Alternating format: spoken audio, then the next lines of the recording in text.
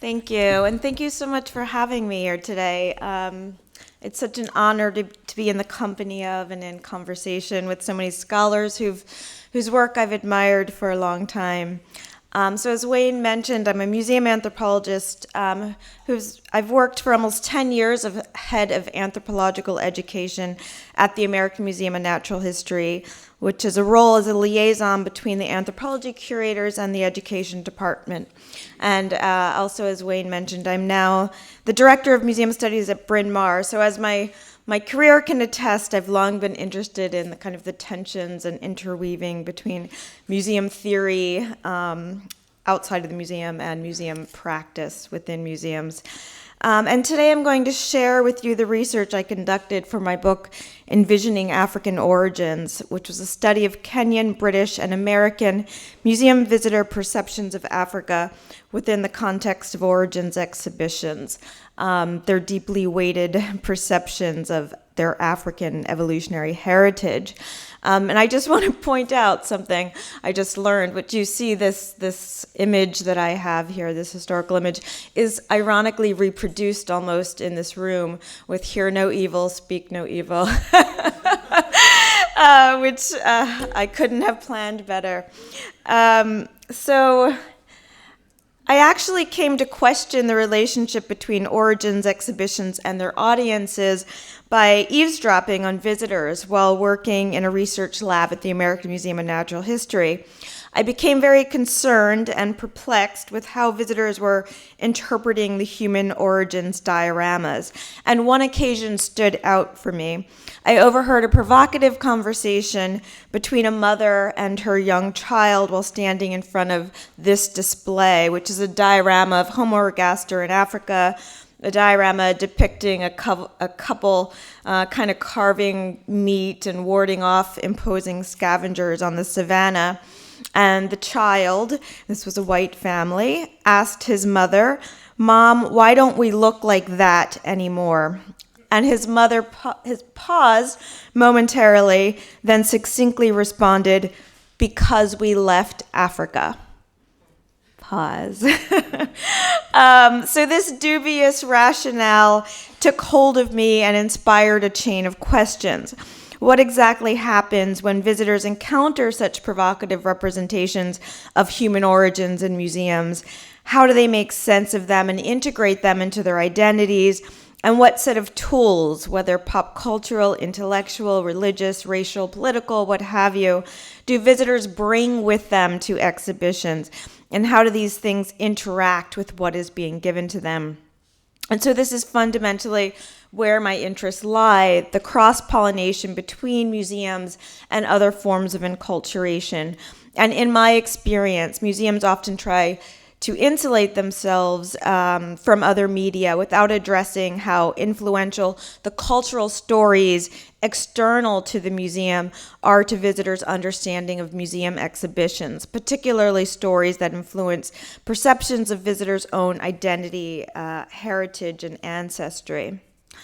So before getting into some of the findings of my research with visitors' own comments, I'd like to take a moment to consider what contributes to the evolutionary image of Africa in the popular imagination. One example, and this is a photo of a South African Kung San man, which accompanied a Condé Nast Traveler article, which began, quote, "As a species, we grew up and moved on. And if your particular adaptation is to be able to plan the future and remember the past, then getting out of the Kalahari will be something of a priority. Run, don't walk. In a blink of 10,000 years, you can be in downtown Manhattan with air conditioning and internet pizza delivery." But some people stayed behind. So, thank you. It's poignant. It is readily apparent that popular media have not altogether abandoned this century-old representation of Aboriginal Africans as an evolutionarily unique and inferior, sometimes species. For the most part, Africa's distinction as the cradle of humanity has proven to be a double-edged sword for the continent. Through the popularization of anthropological discourse, Africa has been impressed upon many as the content from which we arose and eventually escaped.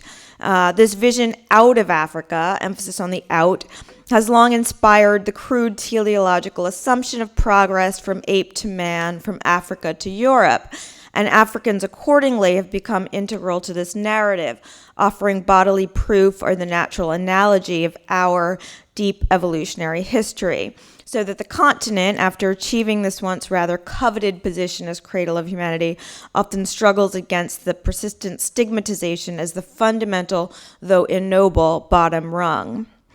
And of course, we have to bear in mind the important historical work of images of Africa in the museum and in anthropology. And I'm sure with this audience, many of you are quite aware of this history.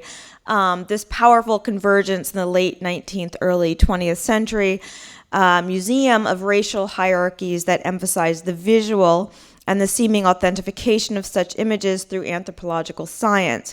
So on the left is this 1868 Ladder of Progress by the influential American polygynist Knott and Glidden, with the Negro jaw artificially exaggerated.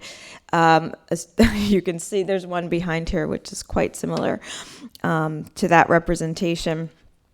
And in the middle, you can see a very early scientific reconstruction, clearly calling upon black features. And this was a reconstruction according to Haeckel in 1887.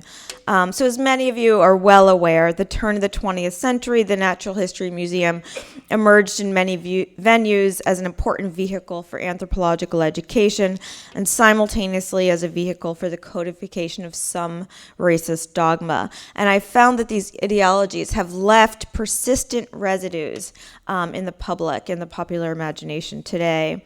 So the progress narrative. So this is one of the most iconic scientific images. I'm sure you're familiar with it, but also one of the most destructive images to pervade evolutionary representation. And it's proven somewhat unyielding, deeply entrenched in all of us.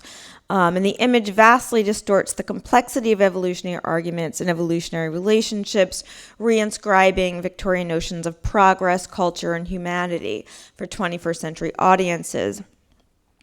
And it's reproduced in many, many different museums in many different forms. So the legacy of Victorian anthropology very much lurks in the museum and evolutionary science today and has not been lost on some 21st century museum visitors. Because of the chronological layout of most human origins exhibits, misconceptions of linear, sequential human origins predominate among museum audiences. Museum exhibits then serve to reinforce conventional evolutionary iconography, such as chains of being and ladders of progress, that often extend from Africa to Europe, with Europe as the one singular representation of modern humanity. Europe at the apex of human evolution. So it's almost as if Africa is the cradle of humanity, but Europe is the finishing school. And these progress narratives appeal to many audiences of natural history museums today as an intellectual and cultural crutch. They continue to serve primarily to comfort museum visitors, perhaps white, perhaps male visitors, in their identity and their relationship to the past. The image on the right is at the Natural History Museum, London. And there has been a lot of terrific theoretical museum studies work on how people interpret scientific and cultural media, the interpretive strategies that they use, but how does this all function in practice? How does this play out when various visitors are trying to determine what it means to come from African origins? To understand this, I conducted questionnaires, interviews, focus groups among diverse audiences, diverse age groups in 4 museums, as mentioned: the Natural History Museum, London, the Horniman Museum, London, the National Museums of Kenya and Nairobi, and the American Museum of Natural History in New York. And my overarching finding is one that I didn't set out to explore, but became the most significant finding nonetheless, especially for those of us working in museum studies. It's simply that the way museum visitors experience human origins exhibitions are profoundly, exceedingly complex. And I know it's okay to sort of smirk here. Sure, that seems obvious. But the ways that museum visitors construct perceptions of African origins and the ways that they communicate these perceptions are knotty. This is a dense, meaning-making atmosphere, the convergence of intellectual, emotional, and cultural networks of meaning that audiences reconcile as they confront these evolutionary images and share their opinions. And more specifically, first, as suggested, I found that visitor perceptions are shaped heavily by what they bring with them into the museum, a dizzying kaleidoscope of signification from pop cultural influences like National Geographic photos, mentioned again and again, Sports Illustrated covers, films like Planet of the Apes, not to mention previous schooling, museum visits, religious beliefs, family folklore about race, you name it, it was there. Second, among the images visitors bring with them to the museum was this notion of evolutionary progress from an evolutionarily inferior Africa. And lastly, I did indeed find that visitors of African descent do represent a unique interpretive community, sometimes seeing both the science of human evolution and the museum itself through unique and strained lenses. And of course, I can only give you a crude glimpse here, a sampling of my analysis and the range of visitor comments, but a few highlights. So a few representative comments of how audiences bring racially encoded progress narratives. A Horniman Museum visitor's questionnaire response, which mirrored several others, revealed her racial misconceptions as well as its roots. She believes African ape men are ancestors because, quote, it is what I've been told at school. Also, if you look to a colored person, their faces have more similarities to hominids than us. And she did say this to me. And as an aside, I became very interested in probing the dynamics of the interview space, my own identity. One visitor revealed some of his own preconceived assumptions when answering the question, do you think of African ape men as ancestors? He responded, one of these programs that I was watching said that there was a tribe in Africa that still lives, how would we call it, primitively. They're saying that Europeans and everyone, there's a common link with this tribe of people who have, obviously not really gone anywhere. So here television is vaguely invoked in response to the question rather than the museum exhibit he just experienced. And I witnessed these types of associations with things seen on television again and again while working at the American Museum of Natural History, even while just passing through the African people's dioramas on the way to my office. Another example of racial misconceptions being internalized at this time by a Black Jamaican visitor to the Natural History Museum in London. He explained that he believed African ape men were ancestors, quote, because we as Africans possess hair texture unique to animals of far different quality than European hair. Finally, one American visitor to the Natural History Museum expressed his difficulty envisioning Africa as the cradle of humanity by explaining, no, I think Africa's status as a third world continent overshadows the role it played in the development of mankind. So comments like these reveal a conflation of Africa and African people of today with the Africa of the past, a misunderstanding of the deep scale of evolutionary time and the complexity of modern human diversity. And it does seem as though the years of kind of stereotypical images of a static primitive Africa have left an indelible mark on the popular imagination. And lastly, I'll talk a little bit about my work with audiences of African descent. So those who identify culturally with the African continent, such as Kenyan, African American, or Afro-British visitors, often had unique relationships to displays of African origins, at once intimately connected to, yet alienated by origins narratives that begin in Africa and end in Europe.